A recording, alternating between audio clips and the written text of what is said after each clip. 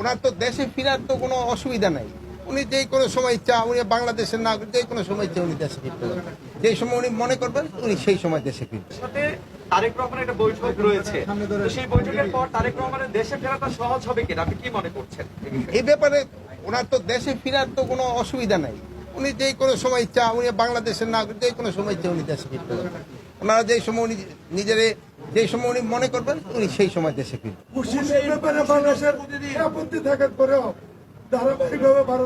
আমরা এই ব্যাপারে ফরেন মিনিস্ট্রিতে লিখছি, ফরেন মিনিস্ট্রি ফরেন অ্যাডভাইজারও আপনাদের বলছে, তারাও কিন্তু তাদের চিঠি দিচ্ছে যে আমাদের বাংলাদেশি নাগরিক যদি ওই অগদেশে থাকে আমরা অবশ্যই নিব, কিন্তু তারা একটা প্রপার চ্যানেলে আসতে হবে। নিয়ম হলো প্রপার চ্যানেলে। ওনারা করে নাকি এটা ফলো না করে এই জঙ্গলে রাস্তা দেখি জায়গায় না ওই সব জায়গায় গিয়ে করে, এটা একটু অমানবিক।